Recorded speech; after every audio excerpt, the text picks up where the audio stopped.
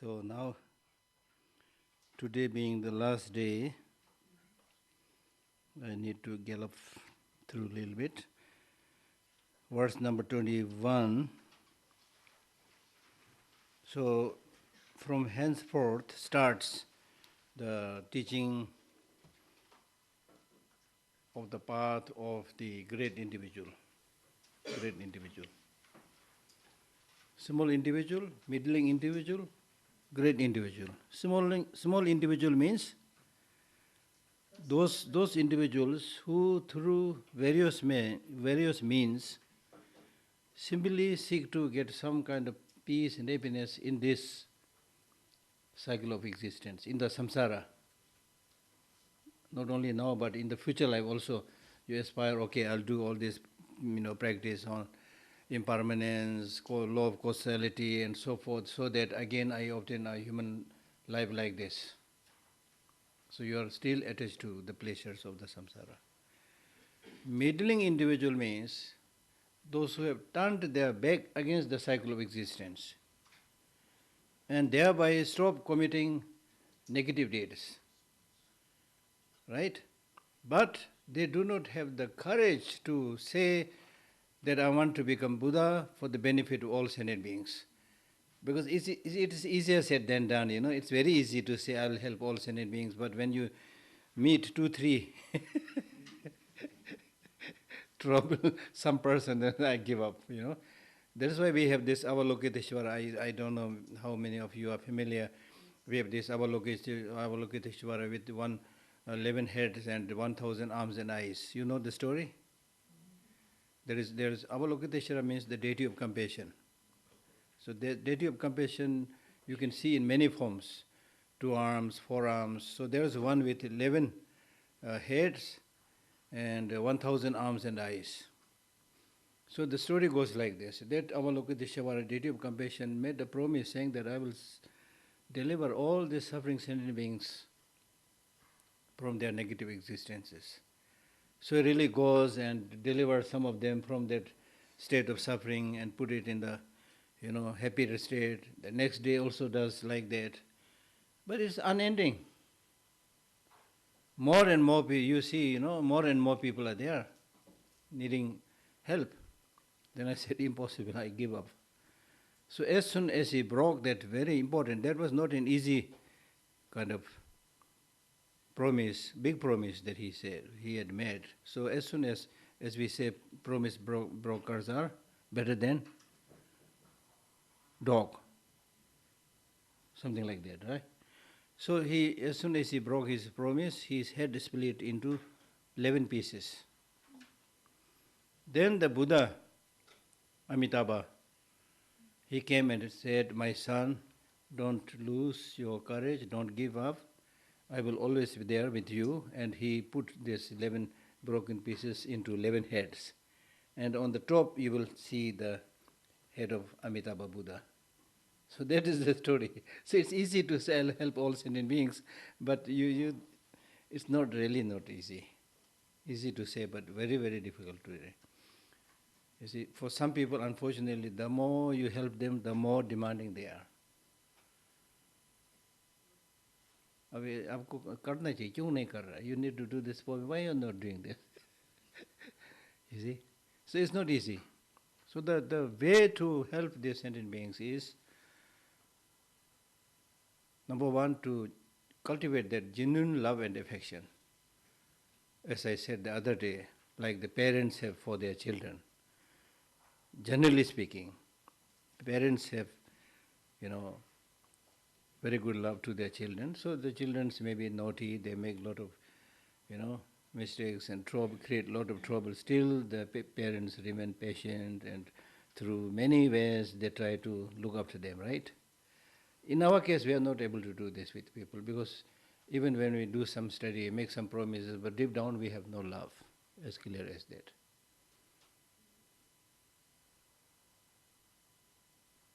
Love minimizes fault. When you have love, you can create miracles. When that is not there, that's why in the Buddhist text it said, if you have one quality knowledge in the palm of your hand. You have all the qualities in the palm of your hand. What is that quality? Great compassion. One, if you have one quality like loving kindness or great compassion, it's almost like equal to having all the qualities. For example, compassion means, how nice if I'm able to remove the sufferings of all these sentient beings. If this is not just talking, deep down, if you have that thinking, how nice if all these sentient beings are without suffering, then how can you bully them? How can you engage in corruption? How can you cheat them? All negative deeds will automatically stop. So that clearly shows, forget about having many qualities, we don't have even one quality. So that's why the other day I was saying, if you're thirsty, you need to drink water, but not necessarily the whole ocean. Whole ocean हम लोग P भी नहीं सकता है, पीने का ज़रूरत भी नहीं है, ठीक है ना? लेकिन इतना पीना है, but you should take that amount of, drink that amount of water, which will quench your thirst. Right? समझ में आ गया? सब कुछ समझ में आ गया? क्या समझा? पानी तो नहीं पीना जितना 50. नहीं. Did I tell you this story before? Yes. हाँ, समझ में आ गया? जी, समझ में आ गया. सब कुछ समझ में आ गया? जी, सब कुछ समझ में आ गया. क्या समझा? सर कुछ नहीं समझा. This is a story told to me by a policeman when I was a student in Dalhousie. So it stayed in my mind, So I'm making a joke, but what I'm seriously saying is, based on my own personal observation, I would not say practice, but based on my personal observation also, whether it's study of anything or Buddhist practice study, if you practice one thing properly, many other practices will become very easy. For example, if you read these teachings by Nagarjuna to the king, whether you read this letter to the friend, or you read this Ratnavali, the precious garland, he gives a long teaching on different topics. Then in the end he says, I know you are a king, you are a very busy man. You don't have time to do all these things. All these things that I've taught, even the monks who decided to stay and practice in retreat in the mountain, in the forest, they'll also be not able to practice all this that I've taught. But out of this, if, for example, if you practice one thing like giving, because you are a king, you have the capacity to give so many things. If you practice one thing like the giving, you will excel. So again, that clearly shows we are not good in even one thing. So in the system of education also, you should be good in one thing to get a good job. But if you just simply become jack of all, फायदा नहीं है, ठीक है ना? So that's why in Buddhism we repeatedly talk about concentration, right? Right? So, generating the mind, that means generating bodhicitta, is the central axle of the supreme vehicle path. Without that central axle, the wheel cannot move.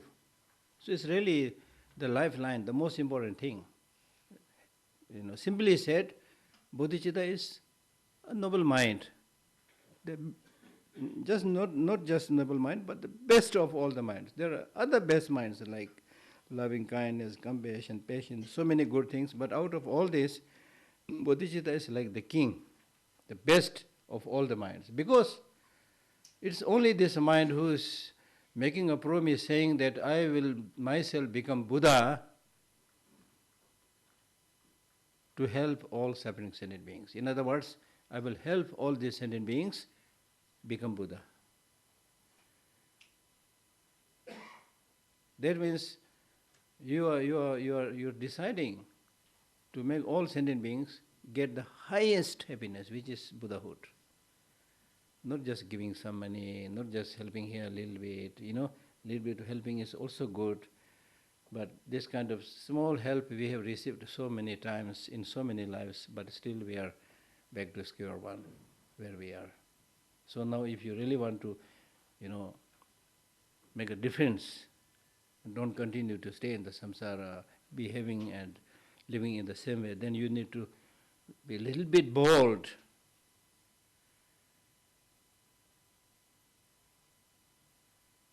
May I achieve Buddhahood for the benefit of all sentient beings. All sentient beings,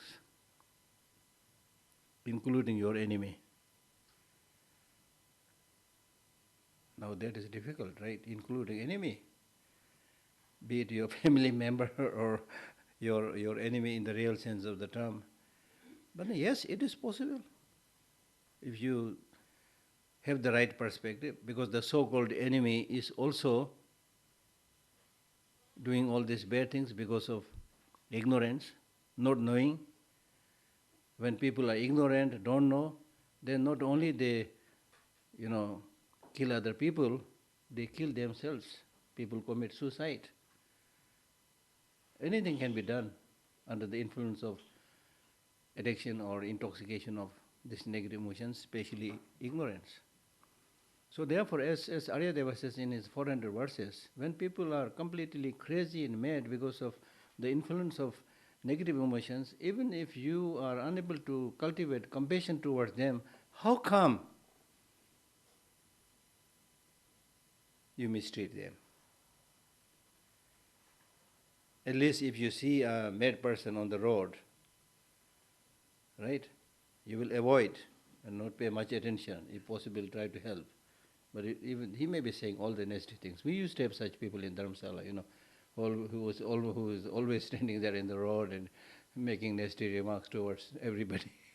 But nobody gets angry because they know his mind is not functioning. So similarly, when we encounter different kind of people with different, in many cases not so nice behavior, okay, his mind is not functioning. Understandable. So develop more compassion than anger or hatred. Number one. Number two, if we are to solve these multifarious problems that we see in the world, the only way, at the end of the day, the only way to solve this problem is patience, forbearance, forgiveness, understanding, loving kindness, compassion, non-violence, dialogue, negotiation. At the end of the day, these are the best solution. This is what we are constantly seeing in the world also, when two nations or three nations engage in conflict. In the beginning, the leader on both the nations, they think, okay, I'll completely destroy this nation. But then look, there's unceasing killing. Look at Russia and Ukraine now, 2 years. Middle East also already several months. Right? As I said the other day, as opposed to this, in Buddhism we say, you don't have to kill people, they will die. This is called wisdom. Really. I mean, there is no limit to ignorance. We are making such powerful destructive atom bombs to kill these fragile people. Right? Even this short life that we have, we don't know how to live together. If we know how to live together, even this short life here itself will become almost like nirvana. The possibility is there, but we are not able to do that. So therefore, individually you may not have the power to change, the world is quality to some extent crazy, but you should make it a point that you as an individual remain peaceful in all situations. Because not being peaceful, being angry, developing negative, these are not solution. It will only make the matter worse. Right? So whatever problem is there, try to deal it with calmly. It's not easy. That's why I'm saying we need to practice. That's why we talk about meditation. Meditation means not sitting in a corner, closing your eyes, and do some feel-good practices. No. Meditation means getting habituated with the positive practices, getting habituated, right? We are controlled by, as Tsongkhapa says in his, the bigger Lam Rim, he says, we are controlled by our mind. And our mind is predominantly controlled by negative emotions. Therefore, we have suffering. Therefore, now we should make our mind habituated with positive emotions. As simple as that. When we talk about meditation, it's not talking about meditating on anger or jealousy or hatred, because in those fields we are already advanced meditators.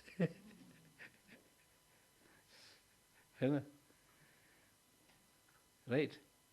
So, this great Tibetan master, Shangdun, he said, there is nobody who will catch hold of your hand and throw you into heaven. There is nobody who will catch hold of your leg and drag you into hell. Somebody may be your worst enemy. He will not be able to do that. Buddha will not be able to take you to heaven.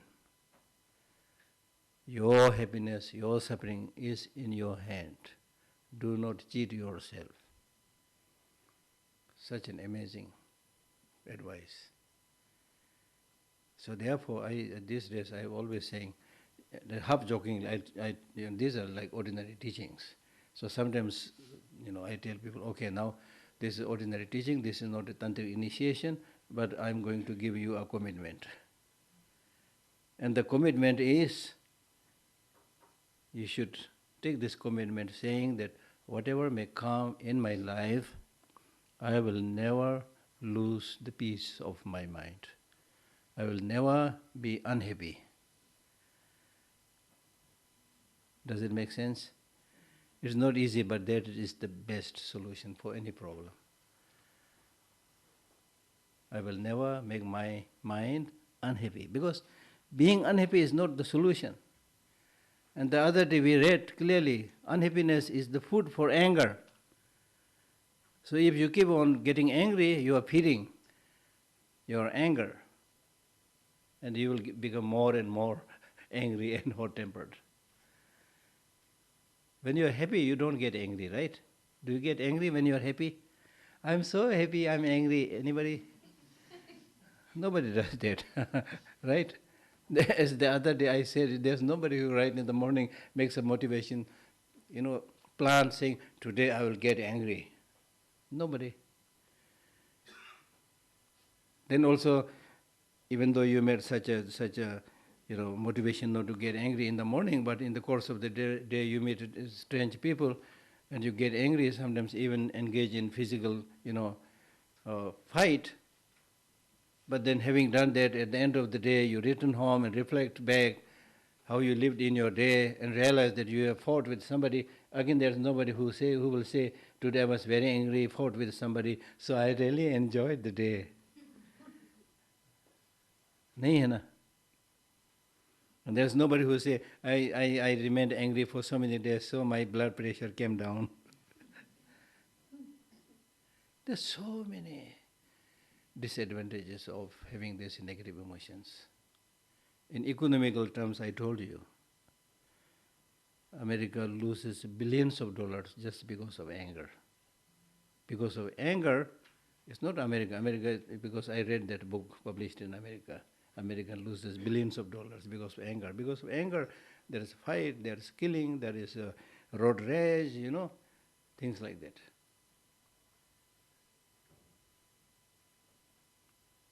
The very nature of anger is really like a conflagration of fire. The conflagration of fire is to burn things, destroy things. Okay, we need to go quickly.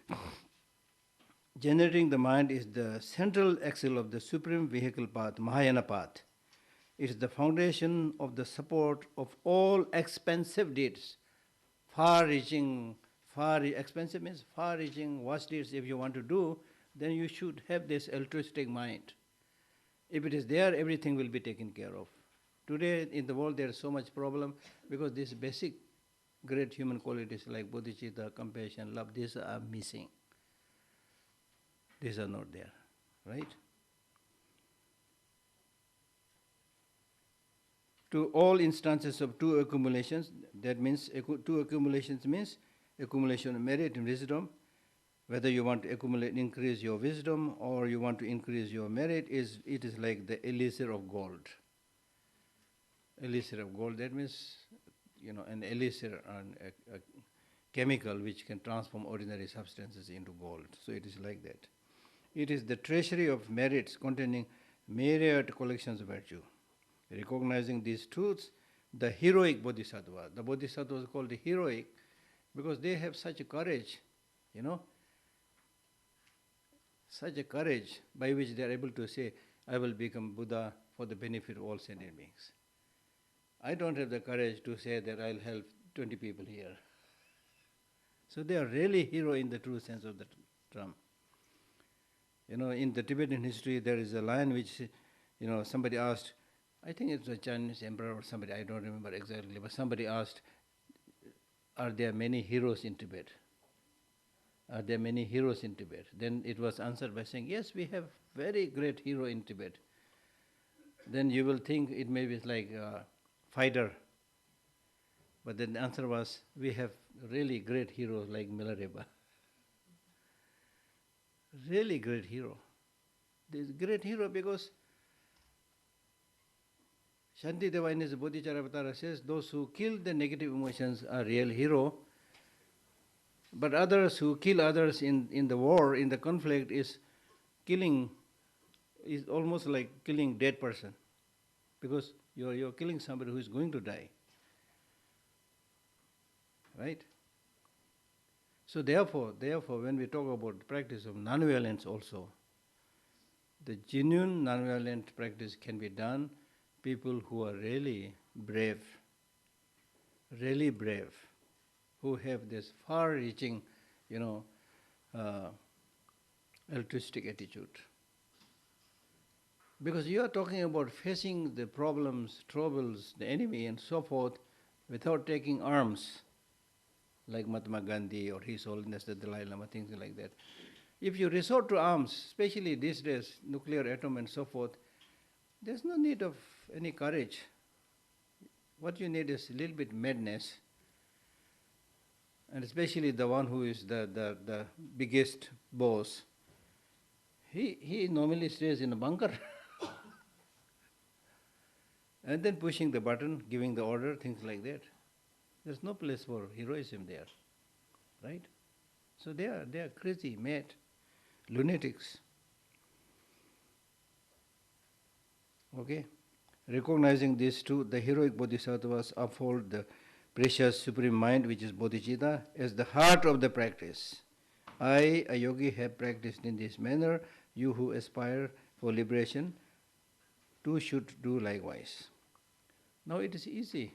Not that easy, but it may be a little bit, not so difficult to cultivate bodhicitta, But having cultivated bodhicitta, cultivating bodhicitta means actually making a promise, right? I will become Buddha for the benefit of all sentient beings, right? So that's a great promise, amazing, wonderful, but the important thing is, again, practice. If you cultivate such a mind, make such a big promise, and then if you don't practice, it's not good. So therefore, the bodhisattva's practices are 6 perfections or 10 perfections. So this will be dealt with later on. First is practice of giving, verse 23. Giving is the wish-granting jewel that satisfies the wishes of all beings. It is the best weapon to cut the constricting knots of miserliness or miserliness. Miserliness. It is an undaunted deed of the bodhisattva, giving birth to courage. It is the basis to proclaim one's fame throughout all 10 directions. That may not be your objective, but if you want to become famous, of course, you will become very famous. Now scientists, they did an experiment. Who is happier, the giver and receiver? They found, it's so interesting, they found that the giver is happier than the receiver. Because happiness means state of mind. State of mind. So, here also we need to practice, Whatever little thing you can give it to others, especially those who are in need. Especially in those cases where you have much more collection than those other people. Then share it, give it. Right now, if share it, it's called giving because you are doing it voluntarily. At the time of when you are on your deathbed, if you say, okay, I'm going to give everything, what else you can do? What else you can do? So practice all these things while you can decide. Because at the end of the day, they will all be taken by other people. Somebody called sister, somebody called brother, somebody called government, they will take everything. Even when you are alive, much of your property is controlled by government, tax, this, that, Right? Okay? So, giving is the wish granted jewel. Especially in the beginning of the practice, giving is very important. First give. And then people are happy with you, then help, teach. Ask them to do this practice, that practice. And then you should yourself practice.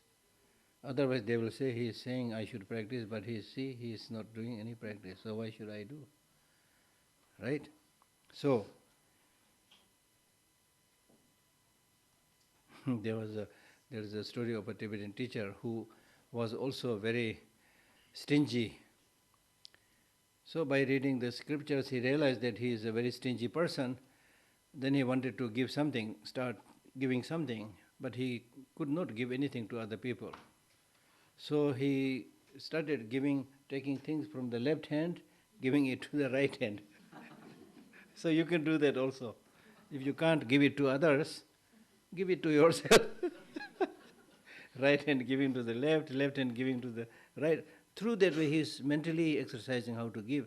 Then later on he becomes a great practitioner. Right? So we have no time to explain in detail, otherwise there are a lot of explanations about what to give, when to give, to whom to give, so many things. Okay? Knowing this, the learned ones seek the excellent path of giving away entirely their body, wealth and virtues. Now we cannot give body right now because we are mentally not prepared. When you are mentally not prepared, don't engage in this task. It's like replace, believe it or not. Okay, dangerous. Don't do it in your home. Sometimes they say things like that. So you can't do this. Wealth you can give. Virtue you can give. Giving virtue is very good because you give but you don't lose anything. For example, I'm supposed to be explaining, giving this teaching for the last few days. I did not lose anything. I gained more. My knowledge increased, not decreased. But in the case of material wealth, if I give you something, if I give this watch to you, then I am without watch. You got one, but I lost my watch. So therefore, giving education is really, really important, very important. Not only just Dharma teaching, but giving education, helping those people who are in need of education. That is how you can make your country really grow. In India also, it's a big country, we really need to, do some very strong, there are many, but still, we need to do more outreach programs, especially in those backward, poor areas, whatever we can do, this is the way. Second perfection is morality, which I have already explained. शील बोल के मैंने आपको बोल दिया था. Morality is the water, it's like the water that washes off the stains of ill deeds. It is the cooling moonlight, it's like the cooling moonlight dispelling the burning agony of afflictions. In the midst of people, it is most majestic like the Mount Meru. Meaning that if you are a moral person, ethical person, then if you are among many people, everybody will respect you. He's such a reliable, honest, nice person, and you also you don't have any kind of ill intention, so everybody will bow down to you. Right? If you're very, very rich, they'll only come to you with the hope that they'll be able to get some money from there, but they don't. They really have respect from the depth of their heart. So these two different things. Right? In the midst of people, it is most majestic like the Mount Meru. It draws together all beings without any display of force. See?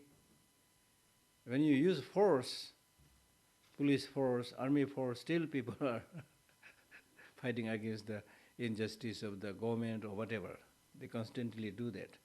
But if you a moral person, it draws together all beings without any display of force. His Holiness the Dalai Lama is an example. He is not using any force. He doesn't have any military force, army force, but thousands and thousands of people are coming from all corners of the world to see him. He's also not just distributing money. He's distributing money, then people will come. But because of his genuine, sincere wish to help others, because of his compassionate attitude, everybody sees him the real father figure. Right? There's the thing. There's the thing. It's amazing. So these inner qualities, once you develop these inner qualities, nobody can steal it from you. Thieves cannot steal it from you. Robbers cannot rob these things from you. Right? Income tax people will also not come after you. The money, yes, we all need money, but if you are not very careful, फिर कौन आएगा? ED, CIA, आजकल बहुत चर्चा हो रहा है ना. All these people will be after you. Justified, not justified, I don't know, but there's a likelihood of all these people prying in your account. You know, कितना पैसा निकाला, कितना डाला, सब पता है उनको. Knowing this, the sublime ones guard as if they would their eyes, protect, just like protecting their eyes, the perfect disciplines which they have chosen to adopt. I, a yogi, have practiced in this manner. You who aspire for liberation, too should be likewise. So it's, in a way, this is almost like a sarcastic remark. Of course, he is not making a sarcastic remark, because if you aspire, you who aspire for liberation, if you aspire for liberation, you need to practice this. If you don't aspire for liberation, it's up to you. Almost, to me, it's almost sounding like that. Then third is patience. Now I'm not sure whether you use the word patience or forbearance. There are a lot of discussion, because as and when we use different, terms, for example, this is an English term. The whole translation is in English. So all these English terms, they are born and brought up in a different cultural background. So they have their loads to carry. So it's difficult to find which really conveys exactly the same meaning. So many translators use the word patience, some forbearance. Now there's also possibility of understanding. There is also possibility of a little bit like resilience, So all these sister words or similar words, we should study and see which one is the best. Okay. So with the giving, actually there are three types of giving. One is giving material things. Second is giving teaching. Third is giving fearlessness. Giving fearlessness means if somebody has fear, if an insect is drowning, has a lot of fear, if you save that, then you are giving fearlessness. Okay. Now with morality, first is restraining from negative deeds. Don't do anything that is negative. Second is collecting good qualities. In other words, don't do anything bad, do everything that's good, and the end purpose is helping sentient beings. So three types of morality: restraining negative deeds, collecting positive deeds, and helping others. If you're helping others, you are a moral person. So moral person doesn't mean that he sits somewhere, not talking, moving very slowly, look very calm and peaceful. Not like that. It is through your deed. If you are restraining negative deeds, you are practicing morality. If you are collecting virtuous qualities, you are practicing morality. If you are helping others, you are practicing morality. So this should be understood in its a wider perspective circle. And then forbearance is the supreme ornament of those who have power. See, those who have power.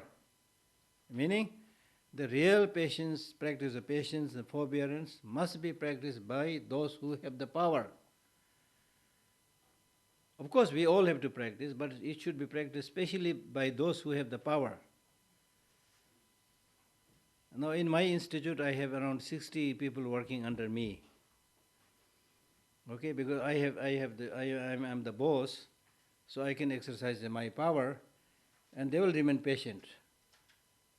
They will practice forbearance, but that is not genuine patience and genuine forbearance, because they have to obey me. But if they say something nasty to me, and if I remain patient, that is practice of patience. When you have the capacity to, bully or whatever you can do to the lower people who are helpless, if you practice that, then that is patience, genuine practice of patience.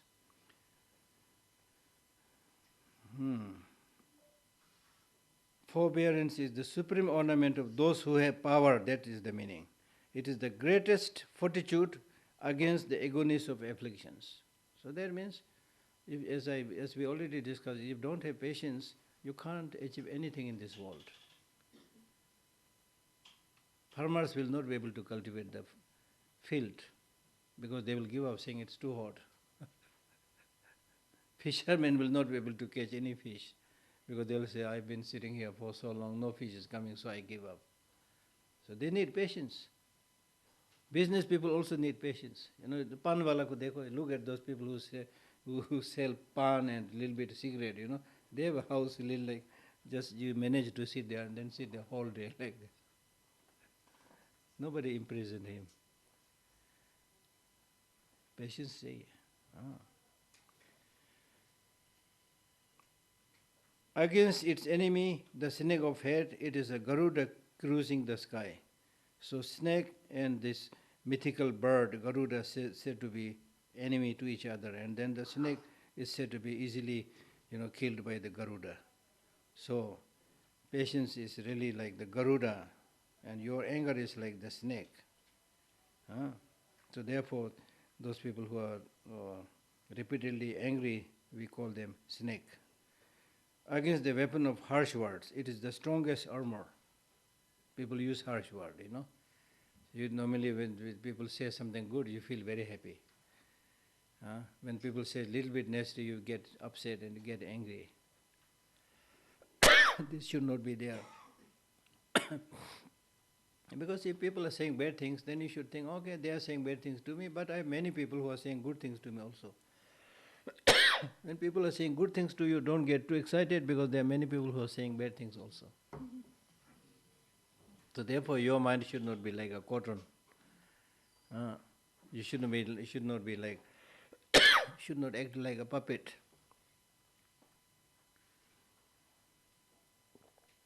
You are not here to cater to the needs of people. What he is saying, what she is saying. If I walk this way, what he will say. If I wear this cloth, what he will say. Don't get lost in what people say, what people think. Right? The important thing is you should live your life in such a way that you are upright, honest, straightforward, nothing to hide. Then let people बकवास करने दो, जो बोलना बोल दो. ठीक है ना? बकता रहेगा लोग. Against the weapon of harsh word, it is the strongest armor. Knowing this, we should habituate ourselves with the armor of excellent forbearance by all possible means. Now, if you want to know these things detail, then read the commentaries in Shantideva's Bodhicharya Avatara. Luckily, many of these larger texts are now also available in English. So don't just wait for a discourse by another teacher next time. Get some of these books and read. Knowing this, we should habituate ourselves with the armor of excellent forbearance by all possible means. I, a yogi, have practiced in this manner. You who aspire for liberation too should do likewise. Now next is, again, some people use the word effort. Here he has used the word perseverance. If the armor of unflinching perseverance is worn, knowledge of scripture and realization increases like waxing moon. So that means in your study, in your spiritual practice, if you have perseverance and if you make effort, your knowledge will increase like waxing moon. If you are lazy, you will not achieve, again you will not make any progress. Laziness means many types. One is, laziness means laziness, that is just sitting there not doing anything. That we all understand. The second type of laziness is not just sitting there not doing anything, but not doing the good thing, but doing the bad thing. For example, if you are to read a text like this, then if you postpone reading this text by saying, first I have to watch the movie, 3-hour movie, you are attached to inferior things. That's also called laziness. Right? And then another laziness is laziness of postponement. Yes, I need to do this, but I will do this when I have done all my work in the office. Huh? There is a story of a teacher and a student, Tibetan story. So the student was, as young people do, was dying to go for a picnic. So he requested his teacher, shall we go for a picnic? Then the teacher said, no, you have to study first. When we have finished all our work, then we can go for a practice. Time passes. Then after a while, the student again says, shall we go for a picnic? No, right now, you should study, we are busy. When we finish our work, when you finish your study, then we go for a picnic. So one day, from a distance, a group of people were carrying a dead body. The teacher, because of his age, maybe failing eyesight, could not see what is happening. He said, what is happening there? Then the student said, oh, there is a man who has finished all his work and now going for picnic.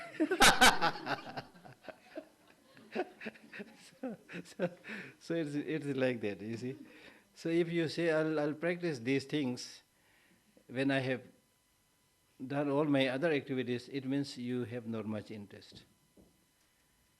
I remember very well, once when His Holiness the Dalai Lama was giving a teaching in the temple to a group of people from France. I was then not his translator.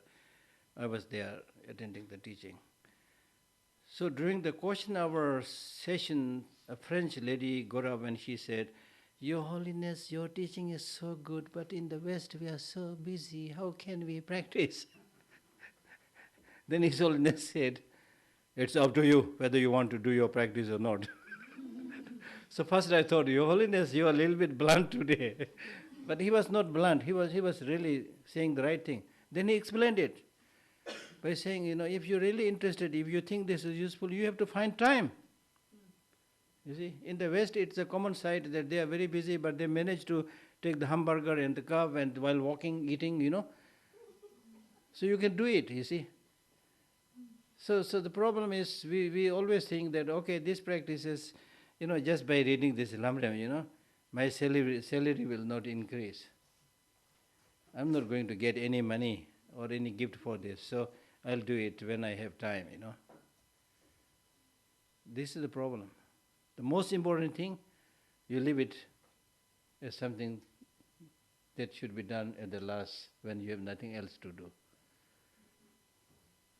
And then baki jo things that are not important, you are engrossed, Be it with the mobile phone or whatever you're in. Moon latka ke raat der tak बैठता है ना, ठीक है ना?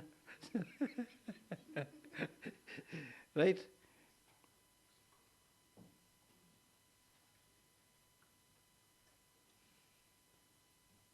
Knowledge of the scripture and realization, to have knowledge is one thing, then through practice develop realization is second thing. All this will increase like waxing moon. All conducts become fused with good purpose.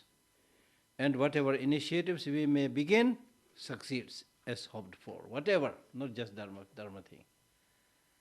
हम लोग बोलते हैं ना हिंदी में लगन से करने से बोलते हैं ना, लगन से करने से. Knowing this, the Bodhisattva apply great waves of effort which help to dispel all forms of laziness, which I have already explained. I, a yogi, have practiced in this manner. You who aspire for liberation too should do likewise. The next is called concentration. Concentration is the king that reigns over the mind. When left, it is as unwavering as the king of mountains. When set forth, it engages with all objects of virtue. It induces the great bliss of serviceable body. So this is basically saying when you train your mind, then gradually the mind becomes so obedient and serviceable. If you say, okay, focus on compassion, the mind will say, yes, sir, and stay there like a mountain. That is what he's saying. Right? Concentration is the king that reigns over the mind. When left, it is as unwavering as the king of mountain. When left basically means when the mind is asked to stay on a particular object, it will stay there unwavering, unmoving like a mountain, undistracted. When set forth means when you ask the mind to do something else, again it will say, yes sir. Okay, you've been meditating on compassion enough, now patience. Yes sir. Now wisdom. Yes sir. Right? When set forth, it engages with all objects of virtue, wherever you ask him to do. It induces the great bliss of serviceable of body and mind. That's the main purpose. So through such training, gradually your body and mind becomes serviceable. Other English word that we can use is the mind becomes pliant, supple, pliant, supple. Okay? Serviceable body and mind. Right now, it's not serviceable. If you sit for meditation a few minutes, your meditation will not go on the object on which you are supposed to meditate, but your mind will go onto your knees. You will be focusing on your knees, or you'll be back. So gradually, it will become serviceable. Knowing this, the great accomplished yogis constantly apply meditations, destroying the enemy of distraction. Destroying the enemy of distraction. I need to say this few times. Destroying the enemy of distraction, especially in today's world. We are pulled into all directions, particularly in today's world. There's so much distraction. So how can you concentrate when your mind is completely distracted into all kind of things that you see, that you hear, that you feel, form, smell, taste, touch, so many things. Wisdom is the eye. Next is, I, a yogi, have practiced in this manner. You who aspire for liberation too should do likewise. Next, sixth is wisdom. Wisdom is the eye that sees the profound suchness, which means emptiness, the way things are. It is the path eradicating cycle existence from its very root. We discussed this already. The root of cycle existence is ignorance. And it is this wisdom which removes this ignorance. Now here, when we say ignorance as the root of cycle existence, we are just not talking about ignorance which is just lack of knowledge, but we are talking about misconception of reality. The ignorance which we are saying is the root cause of samsara is not just lack of knowledge, but misconception of reality. If it's just lack of knowledge, it is a kind of ignorance which is just lack of knowledge, then it's easy to remove. For example, if somebody is just unaware about anything, just ignorant, you can explain, he will accept. But contrary to that, if it is ignorant, which is based on misconception of reality, so it's misconception, but you have some reasons behind it. It may be wrong reason, but still you will try to defend it. That's what happens many a times, So that's very dangerous. So therefore, the ignorance which is said to be the root of cycle existence is seeing things as having independent existence. Here ignorance means seeing things as having independent existence. Now this ignorant mind will try to defend this thesis. If you say there's nothing that is independent existence, then they will say, what do you mean? Things exist. Things exist means they exist independently. You have never say they are all there from their own side. See, are you crazy? It will come up with this kind of reason, Are you crazy? They are all independently existing here, sitting here, talking to you, listening to you. So they will come up with this kind of false reasoning, which is not that easy to remove it. So the only way to remove it is use the wisdom that sees the truth as it is. You can prove it. Now the best point that I'm going to make you, how you can prove it is, for example, many of you have heard this before, some may not have heard it. At the corner of this room, okay, in other words, I'll tell you this is the story, the ancient Indian story. There was one Guruji who was giving some teaching at the bank of a river to some students. He was giving a teaching. And after the teaching was over, he asked one of his students, okay, take this and put it on the table in my living room. The boy says, yes, sir. He goes and he comes back scared, fearful, saying, Guruji, I can't go there in your living room because at the foot of the table there is a snake lying there. Then Guruji says, okay, no, don't worry, I'll give you a mantra to recite. Keep on reciting this mantra, then the snake will run away. So he does the same thing. He kept on reciting this mantra, goes there, the snake doesn't move, it's still there. So he came back, said, Guruji, I cannot go there, snake is still there. Then the Guruji gave him a lamp, bati, light. He said, take this. When he took this and went there was no snake, it was a coil of rope. The coil of rope, because the light was not so clear, dim, little bit dim, so when there is dimness of the light and then there is a coil of rope which really looks like, the manner it is lying there looks like a snake, because of that you thought this is a snake. There is no snake. But because of lack of that light and the way it is existing there, you thought there is a snake and you develop an equal amount of fear as if there is a real snake. That's what I'm saying. There's no snake. But because of lack of light, so similarly in our actual world also, much of the fear that we have in the world today is because of lack of light of wisdom. You are not able to see the things as they are, and you see it some different way, and you get scared. This is such a wonderful example. So much of the problem, unfortunately, much of the problem, suffering, fear that we have is, in a way, unnecessary problem created by ignorant human mind.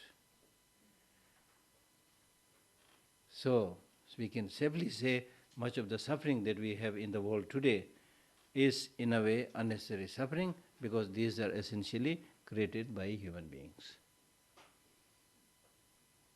So we can through such knowledge and practice, we can reduce, even if you are unable to stop many of these natural disasters, natural calamities, but you can reduce man-made sufferings, right? That is the point. Okay.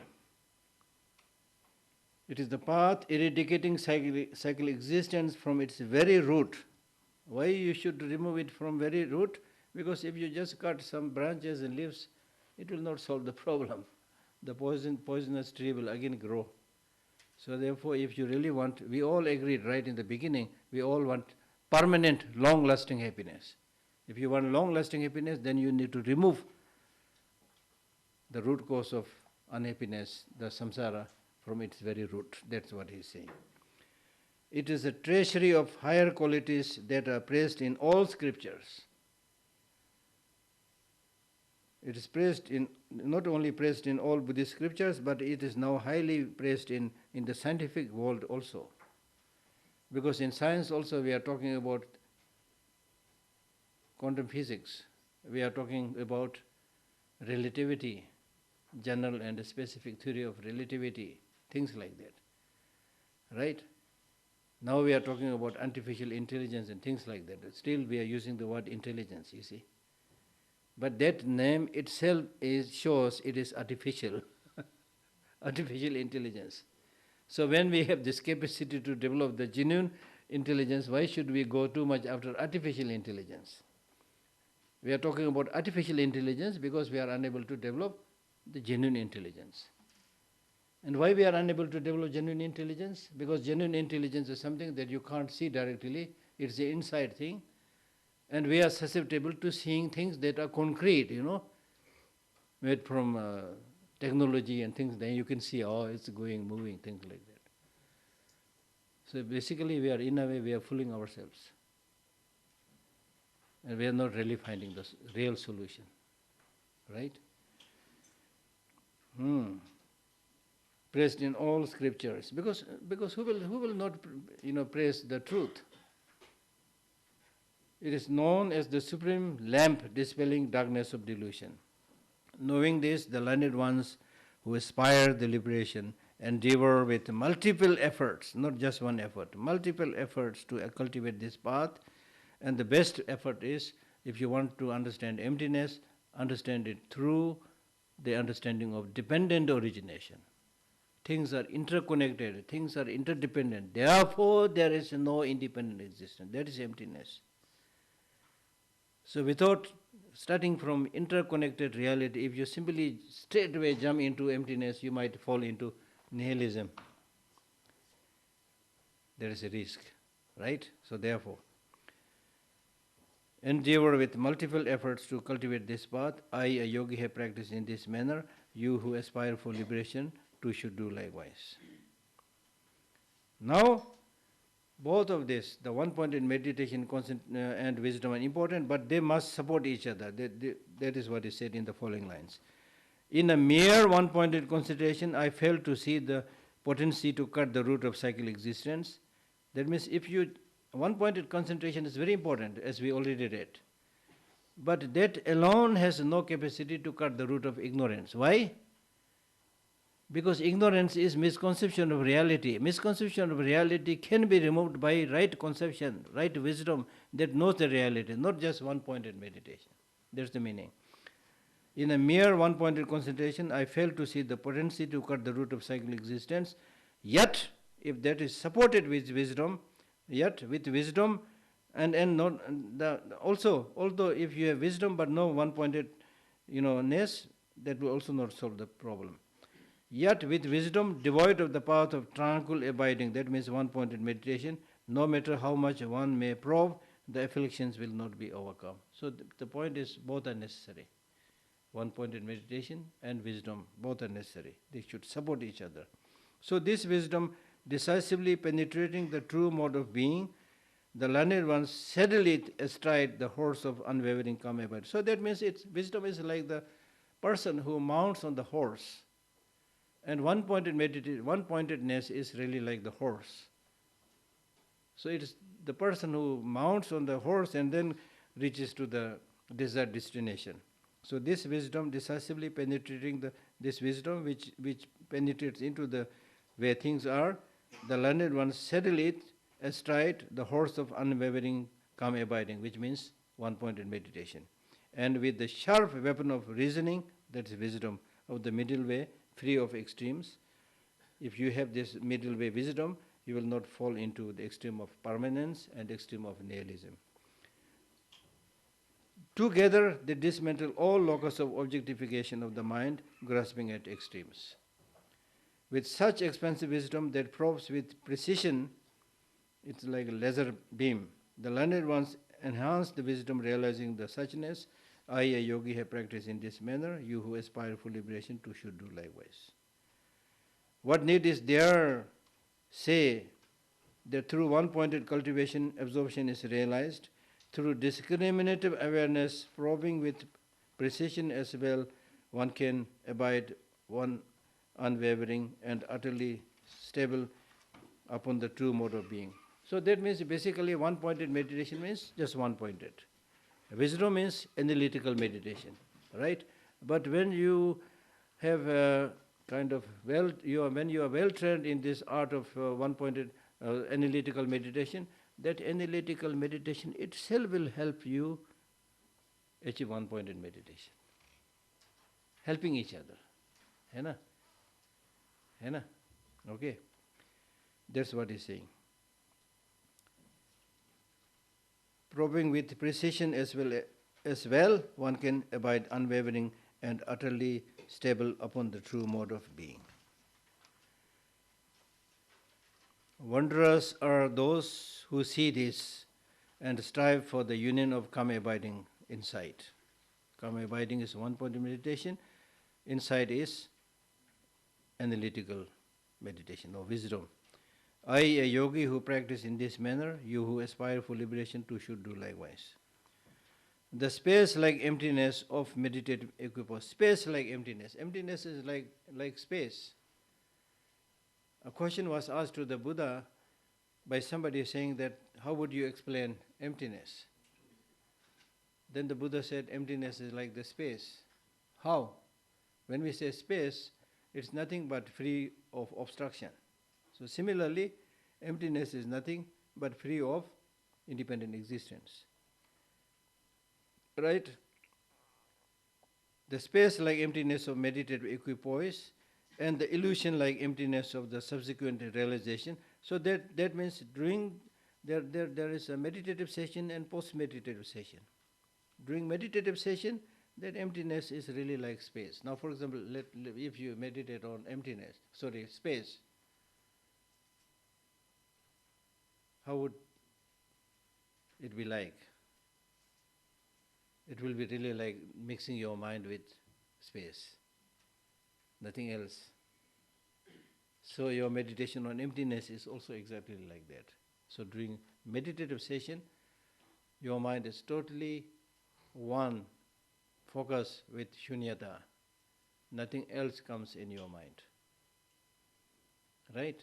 And then during the post-meditative session, the purpose of meditative session is that experience that you gain during the meditative session must affect during your post-meditative session. If that is not there, it will not be very effective.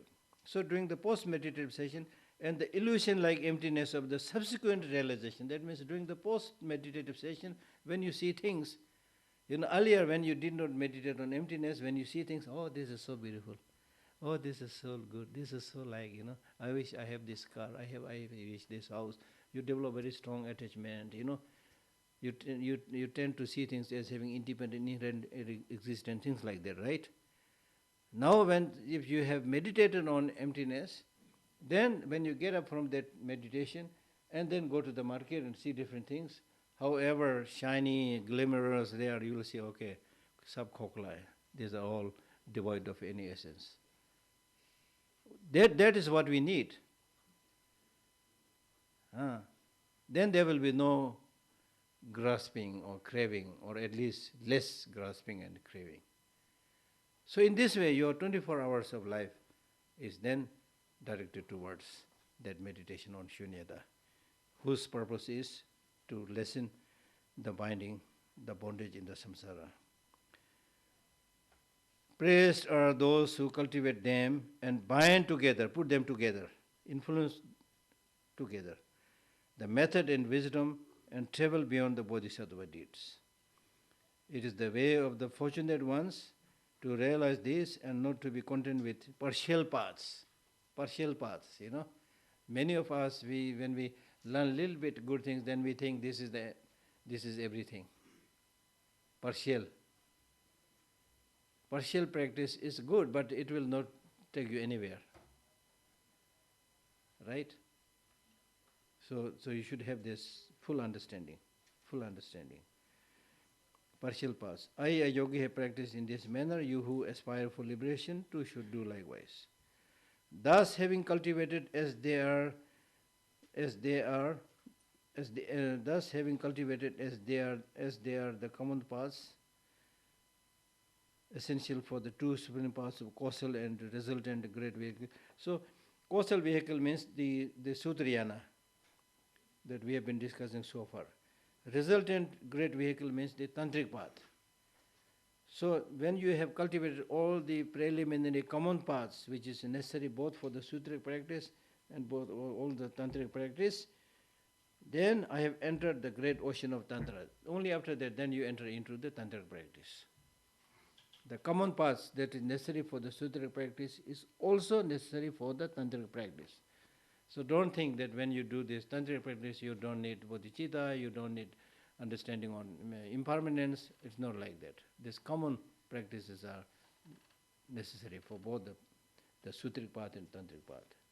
So when you have collected all these common paths, then Tsongkhapa says, I've entered the great ocean of Tantra.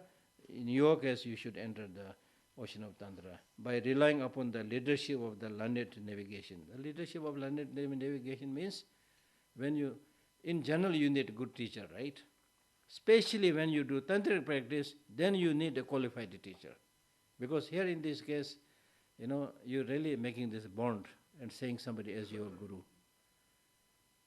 Because it is from this teacher you receive the abhishek, tantric initiation and empowerment. So the bond is made. And you should not make this bond easily.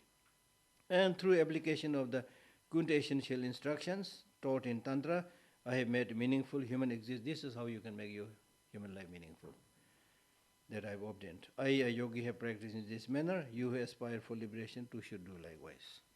In order to make familiar, then finally, as a sign of humility, he says, I have written this primarily in order to make familiar to my own mind and to also help benefit fortunate others like you all here as well. I have explained here in words easy to understand in its entirety the path that pleases the Buddhas, the path that pleases the Buddha. So this is really like this Lam Rim is really like the road map. If you come from, say, from Dharamsala to Delhi, there's a road map. Similarly, all right. So therefore, you should have this proper understanding of the whole outline. Through this virtue, may all beings be never divorced from the perfectly pure, excellent path. Thus I pray. He says, by writing this text, normally, it is the way of a Buddhist practitioner. Whatever little practice they do, whether it's a recitation of mantra or writing a book or giving a teaching, at the end they dedicate that virtue for the benefit of all sentient beings. So therefore he is saying, through this virtue, may all beings be never divorced from the perfectly pure, excellent path. This is very powerful teaching. Most of us are divorced from this path. If you don't have the luck, you don't meet such teachings. And people will not know anything about it. There are so many religions in the world, everybody, all the religions and the teachers are singing praises of their own religion, things like that, right? So there are not many who, enters into such a path. Thus I pray. I, a yogi, have made aspirations in this manner. You who aspire for liberation too should pray likewise. So this finishes this longer text. So let us read the shorter text.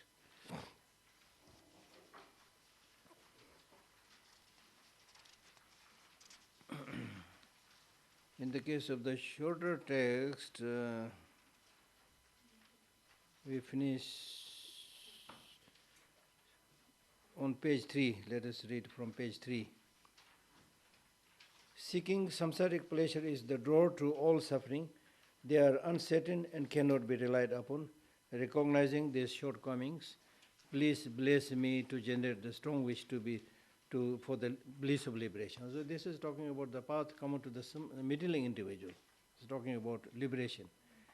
Led by this pure thought to get away from samsara, mindfulness, alertness, and great caution arise.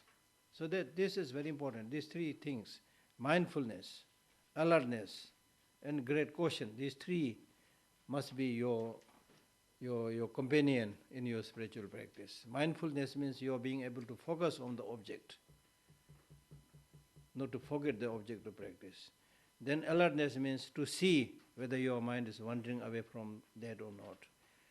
And then great caution means to see whether you are doing positive practices or negative practices. So these things, three things are like the watchdogs in your practice. So they are very important. If you want to know detail about this, read Shantideva's Bodhicharyavatara. The root of the teachings is keeping the Pratimoksha vows. Pratimoksha vows basically means the vows that will help you get liberated from samsara and achieve nirvana. But this is called Pratimoksha because in English it is called individual liberation. Because the target is to achieve liberation just for yourself. It's not talking about enlightenment. Okay? Please bless me to accomplish this essential practice. Just as I've fallen, then the bodhicitta and others that we already discussed. Just as, so achieving liberation for oneself is important. But the next one says, if you just think about liberation for yourself and not about others, you are a little bit selfish still. Achieving nirvana is great, but still you are selfish because you have forgotten the needs of others. So the next verse says, just as I have fallen into the sea of samsara, so have all mother migratory beings. Please bless me to see this and train in Supreme Bodhicitta and bear the responsibility of freeing migratory beings. So, the words, different translators use different words. So basically it's talking about freeing the suffering beings. And then he says, as I already mentioned, developing bodhicitta is important, but if you don't practice, it has no meaning. So even if I develop only bodhicitta, but I don't practice the three types of morality, I will not achieve enlightenment. With my clear recognition of this, please bless me to practice the bodhisattva vows with great energy. Okay? So now here he says, but if I don't practice the three types of morality, which I've already explained while I was explaining morality, here he's speaking only about morality, not about the rest of the perfections, because some of these are coming later, concentration and wisdom are coming later, right? And then in a way it is inclusive with this practice of morality also. So he's not explaining all the six perfections. So without that I will not achieve enlightenment. With my clear recognition of this, please bless me to practice the bodhisattva vows with great energy. Once I have pacified the distractions to so now this is talking about one-pointed concentration. If once I have pacified the distraction, that means if I calmed down the distraction to wrong objects and correctly analyzing the meaning of reality, please bless me to generate quickly within my mind stream the unified path of karma abiding and special insight, which we discussed already, one-pointed meditation and wisdom. Having become a pure vessel by training the general path, which is necessary both for the sutric practice and tantric practice, as we explained. So when you have, collected those common preliminary paths, please bless me to enter the holy gateway of the fortunate ones, the supreme Vajra vehicle, which is tantric vehicle. So if you want to receive, enter into tantric practice, you need to receive tantric initiation from a qualified teacher. So receiving tantric initiation basically is really like the enthronement of Indian Prime Minister, for example, or President. Okay? So if somebody is enthroned as Prime Minister, the one day before that enthronement, the same person, before he was enthroned as Prime Minister, and next day when he is enthroned as a Prime Minister, between this one night, in terms of his personal qualification, there will hardly be any difference. I don't think there will be any difference, right? But it is the recognition, that is given, which will make that person very powerful.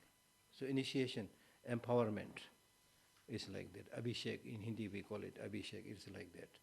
The Guru giving you the power to practice. Yes, okay, you have all the needed preliminary practices. Now you can enter into tantric practice. Okay? The Supreme Vajra vehicle. At this time, the basis of accomplishing the two attainments is keeping pure vows and samaya. So when you enter into tantric practice, then there are,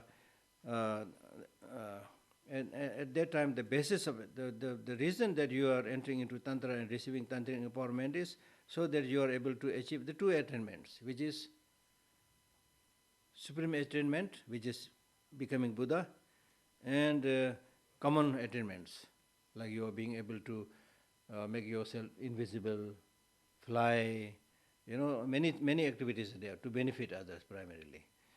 Okay?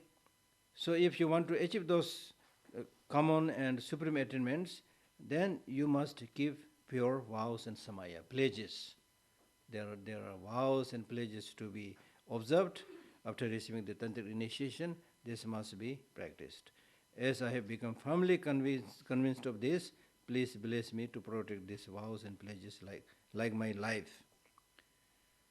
Then, having realized the importance of the two stages, now in the tantric practice, especially now here we are talking about the highest tantra, in which there are two stages, which is called generation stage and completion stage. Okay? Generation stages, you visualize yourself gradually and imagine yourself as a deity. Okay? Completion stage means you visualize that all the special features and qualities of enlightened beings are there. They are all complete there with you, things like that, which is the essence of Vajrayana. By practicing with great energy, never giving up on the 4 sessions of practice. So once you receive this tantric initiation, then there are certain commitments, 4 sessions, sometimes 6 sessions you need to practice. Please bless me to realize the teachings of the Holy Guru. Like that, may the Gurus who show then finally, this is your final prayer. Like that, may the Gurus who show the noble path and the spiritual friends like you who practice it, may you all live long. So, he is also talking about take good care of your health. If you want to do this important practice, the first thing is you need to take good care of your health also. Okay? Long life, in that sense. If you are somebody who doesn't care about this practice and want to do all the nasty things, then normally there is a Tibetan saying which says, may the sinners have short life. Especially the leaders in the world, who are doing all nasty things, may they have a short life. No problem. No problem. Right? Never long lives. Please bless me to pacify completely all outer and inner hindrances. So that means when you do such a practice, then there will be external obstructions, internal obstructions, obhyata stuff. So you are also saying, may when I do this practice, please, all these external and internal obstructions, hindrances do not come. Okay? In all my lives, never separated from perfect Guru, may I enjoy the magnificent Dharma. By contemplating the qualities of the stages and path, may I quickly attain the state of Vajradhara. Right? Oh, so I stop here. Give you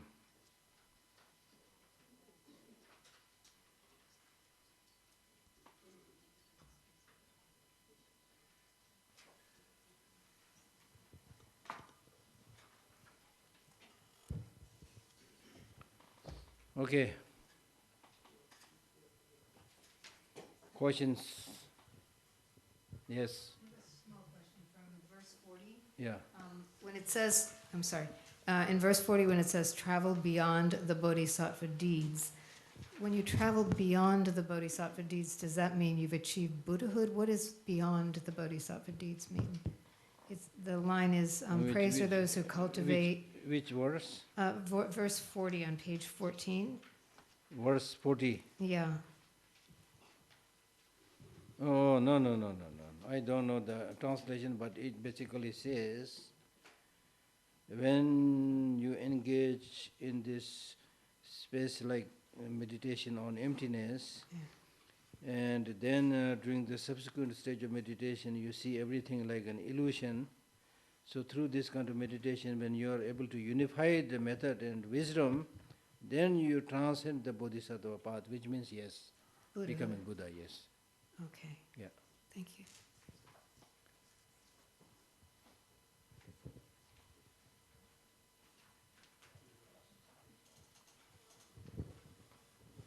So it was a brilliant teaching. Would you do us another workshop where we actually do the meditation as well? And you go through the experience. Meditation karo abhi. Yeah, good reminder. Let us meditate for somebody also earlier requested me. So the one, many people are interested in meditation. But as I told you earlier, meditation basically means getting habituated. Habituated with what? Virtuous practices. It's not sitting in a corner and do some feel-good practices. That's more important. Many people don't talk about this. Okay? That's very, very important.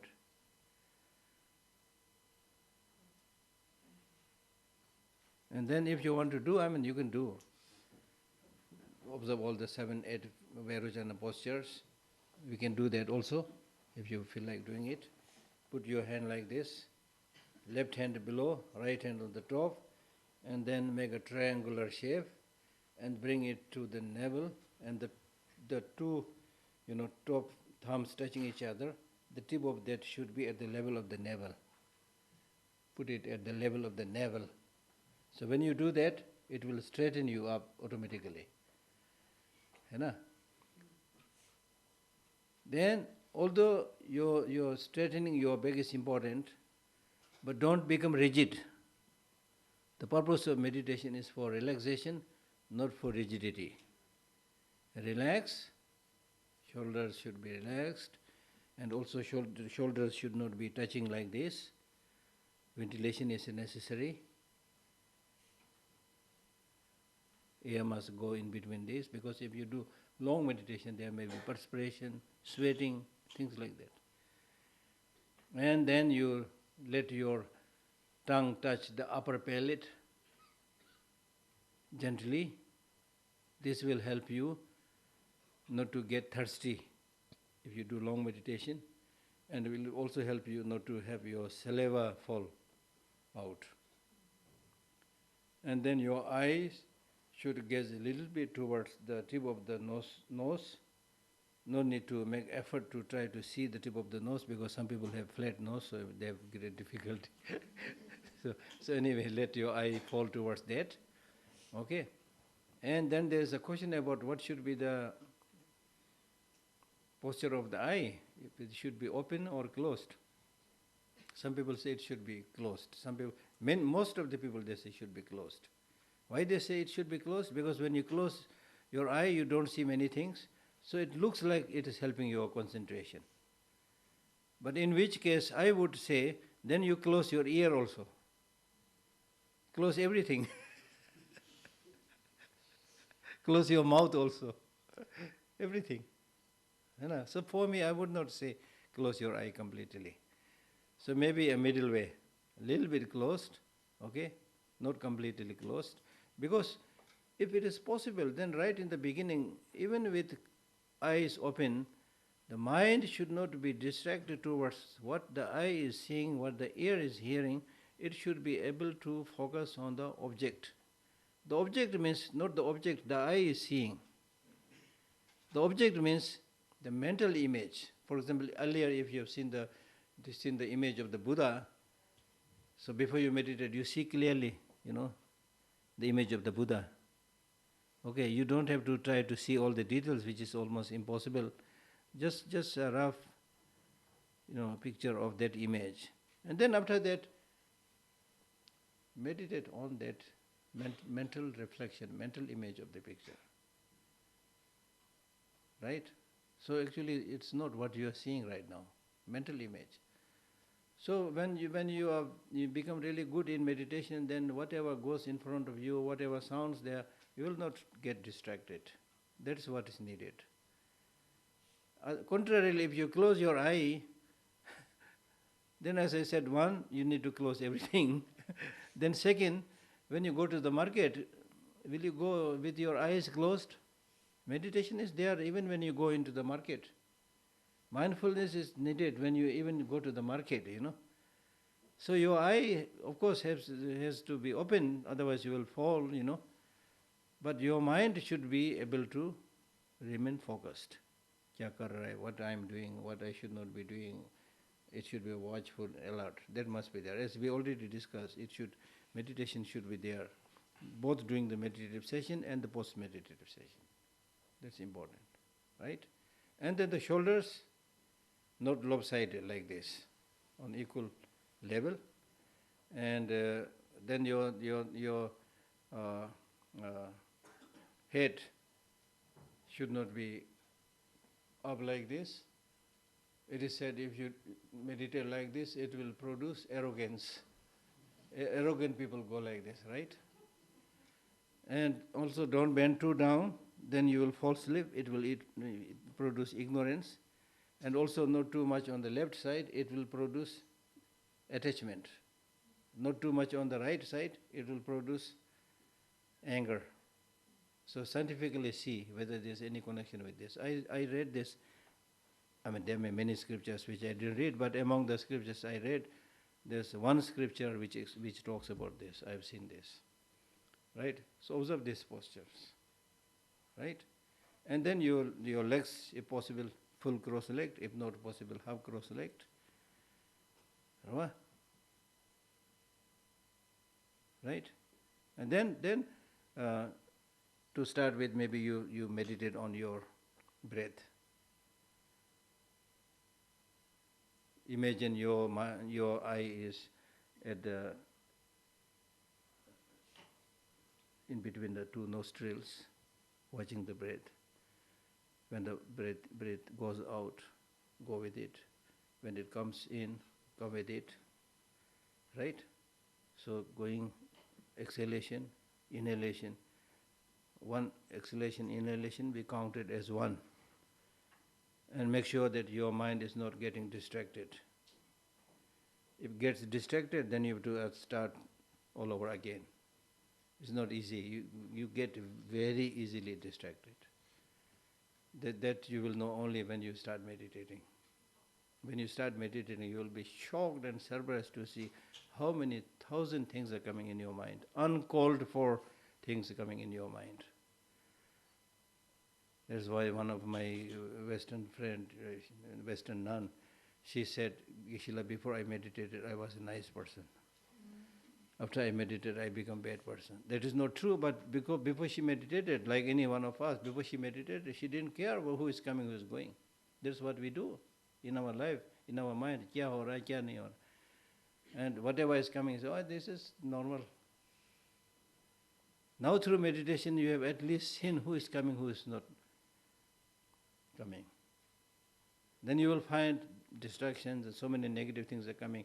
Now you have to say, no. Aapko nahi bulaya maine. I have not invited you. So instead of this negative emotions, distractions, now you have to start inviting love, compassion, forbearance, what are good things. You should in fact say, sorry, until now I did not see your greatness. Now I saw you, I want to make friendship with you. Please come, stay if possible forever. When negative emotions come, you should say, gone are the days when you cheated me. At that time I was not knowing anything about Dharma. Now I know who you are. You stupid anger. You cunning attachment, whatever. So say no. And then put this mindfulness, conscientiousness, etc. as the guard, as the sentinel. Not let them. That is called practice. The other day, as I said, dethroning the negative emotions, enthroning the positive emotions. So many people ask the question, how should we practice? This is the practice. There is nothing else. There are many this, that, meditation, mantra, and so many things, but at the end of the day, the main thing is how much you are able to focus in cultivating the positive emotions, how much you are able to focus in removing and lessening the negative emotions. If you are doing this, people also ask me, how can you rate your success? You can rate your success if your negative emotions are much less, then you are successful. Positive emotions are much more, you are successful. There's no need other people to come and recognize you and enthrone you saying you are very successful. You will know it. And then by that, of course, you will get the benefit. Right?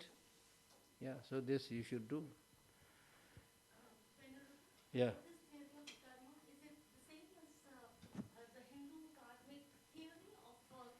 there is a lot of similarity, but the difference is because Buddha learnt many of his teachings from the sadhus living at that time, and so much so some people even say Buddha was born Hindu, lived as Hindu, died as Hindu. That may or may not be true, but he definitely learnt so many things from those living masters at that time. But he was not satisfied. He learnt so many things, but he said that there should be more. So therefore, there's no concept of creation, number one. So therefore, there's no punishment. It's karma and fall, your own doing things and their result.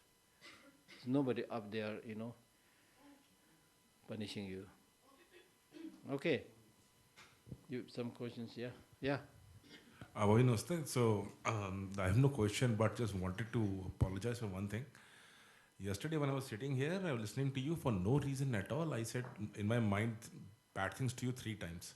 So I just came here to apologize for that. Your mind what? Okay, so I said bad things to you 3 times yesterday sitting here in my mind. To me, your mind? Yeah, your mind. In my mind I said bad things to you, so I came here to apologize for that. No, I didn't recognize, so no problem.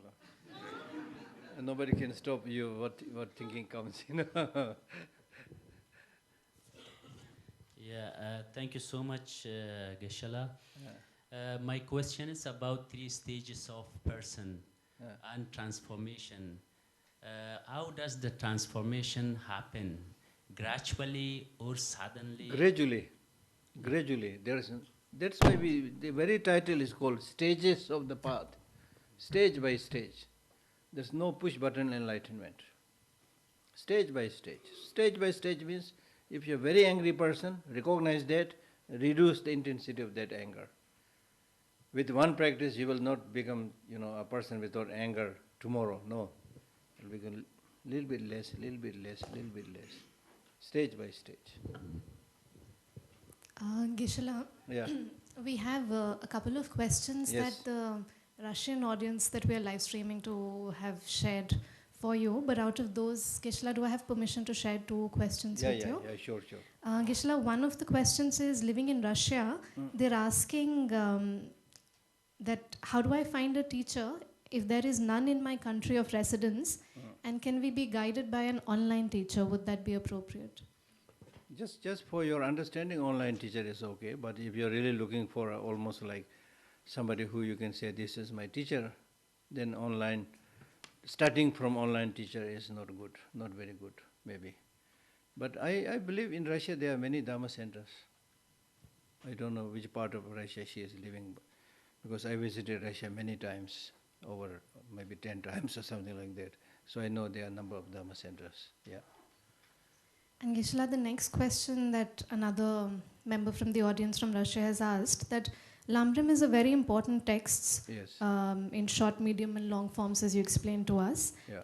And she's asking, how do I figure out which one is the right text for me to begin with as somebody who's beginning to engage with Lam Rim? And how do I combine this reading with my other daily spiritual practices? If you are Buddhist, all your spiritual practices are connected to this Lam Rim practice. There's no contradiction. And if you are beginner, then start from the shorter one. Try to understand the shorter version, like the foundation of all qualities. Then expand on it. Because these are very, very brief. But then the longer Lam Rim wrote by the same teacher, Tsongkhapa, is in English, available in English right now. So it has 3 big volumes. The outline is same. So there is a detailed explanation. And then there are other shorter versions also, like 1 book, or maybe half a book. There are so many Lam Rims. The Lam Rims are basically same. Yeah. Okay. Tantra practices are for common people or People, for anybody but who must receive tantric initiation. If you have done the preliminary practices, and then if you want to do tantric practice, then you should receive the tantric empowerment from a qualified teacher, and then you can do all the visualizations of the deities, visualization of channels, drops, and all those things. Okay. Yeah. Thank you, Geshe. Can I please ask a quick question on verse 44? Oh.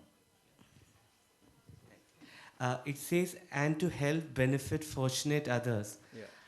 I was not sure what is fortunate here. Are they fortunate because they get help from us, or are they fortunate for some other reason? Which verse? Verse 44, 44. second line. Okay. So this word fortunate we used to write in the beginning also.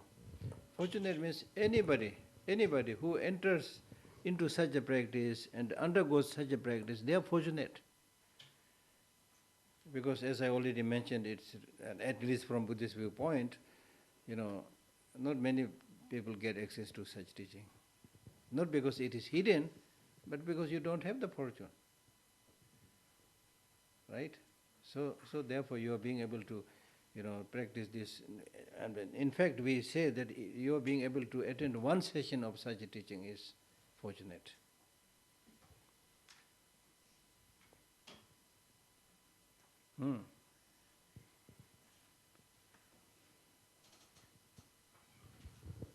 Namaste, Geshe. So, where can we find teachers for tantric initiations, and do different monasteries offer different tantric initiations? Yeah, some of the big monasteries, they have, senior teachers who give all these tantric empowerments. Yeah, Dharamsala also, His Holiness used to give a lot of tantric empowerments. There are some other teachers also who give tantric empowerments. So you have to see who is giving, who is not giving. I don't know when they are giving. Yeah. So, how do we find the right one for us? Huh? How do we find the right one for us? Thorasuno, listen about different teachers, study their qualifications, go to Google Baba, type the name of those teachers, you will find out. Yeah. Just a follow-up question, Geshe. Yeah. So on 44, when you say help benefits, the help here is the help of generosity of dharma. No. Is it the generosity Teaching. of dharma? Teaching. Okay. Dharma teaching, Dharma practice. Not just giving food or things, no.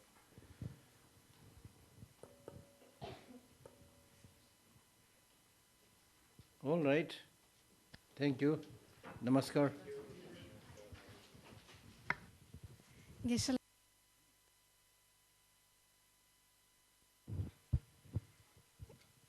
as we come to the close of 5 days of teachings, and these really special teachings with you, on behalf of everyone who's present here and on behalf of the foundation, please accept our deep, deep gratitude to you, Geshe, for being present with us all the way from Dharamsala, for offering us your precious time and for sharing these very valuable teachings on the Lam Rim with us. And Geshe, as one of the things that you taught us in these last few days, we hope that the highest offering that we can make to you, to ourselves, to our teachers, is by actually implementing these teachings into practice in our everyday life. So we'll really strive towards that. Thank you so much, Geshe, and thank you to our wonderful community of friends who've joined us in this journey over the last 5 days. It's been such a pleasure and such a blessing, so thank you very much. We've also been recording all of these sessions, and we would like to thank Singh Klein and Jad sir for very kindly recording all of the sessions with Geshe, and we'll be uploading them after slight edits onto our foundation's YouTube channel.